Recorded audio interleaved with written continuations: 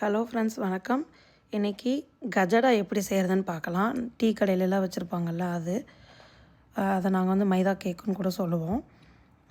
அதுக்கு நான் வந்து ஒரு ஜார் எடுத்து அதில் சுகர் வந்து ஒரு கப் அளவுக்கு சுகர் போட்டு நல்லா அரைச்சிக்கிறேன். அதோட ஏலக்காய், அப்புறம் ஒரு முட்டை இதெல்லாம் போட்டு நல்லா மிக்ஸி ஜாரில் நல்லா மிக்ஸ் பண்ணிக்கிறேன்.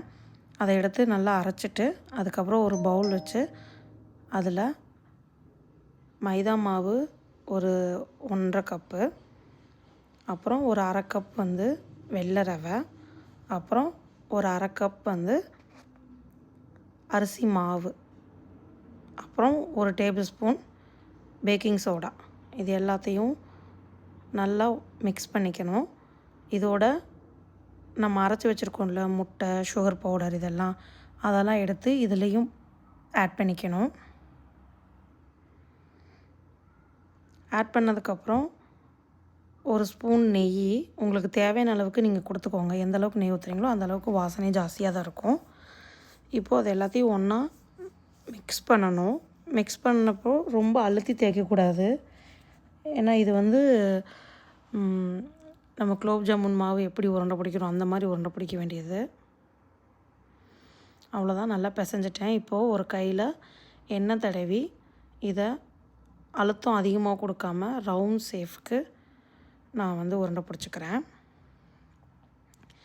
எண்ணெயை வந்து இது போட்டதுமே கருகாத அளவுக்கு சூடு இருக்கணும். பொறுக்கிற அளவு சூடு இருந்துச்சுன்னா போதும். இப்போது எல்லாத்தையும் உருண்டை பிடிச்சி அதில் ஆட் பண்ணிக்கிறேன். இது வேக வேக ஆட்டோமேட்டிக்காக உங்களுக்கு கிராக் விழுகும். அந்த வெடிப்பு தான் வந்து இதோட ஸ்பெஷலே.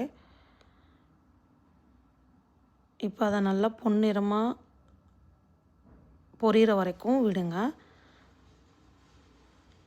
நல்லா பொன்னிறமாக வர வர ஆட்டோமேட்டிக்காக அதுவே வெடிப்பு க்ரியேட் ஆகும்.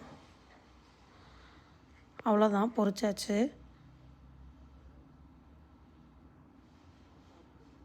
அவ்வளோதான், கஜடா ரெடி.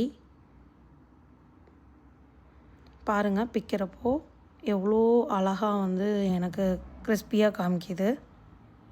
அவ்வளோதான், தேங்க்யூ.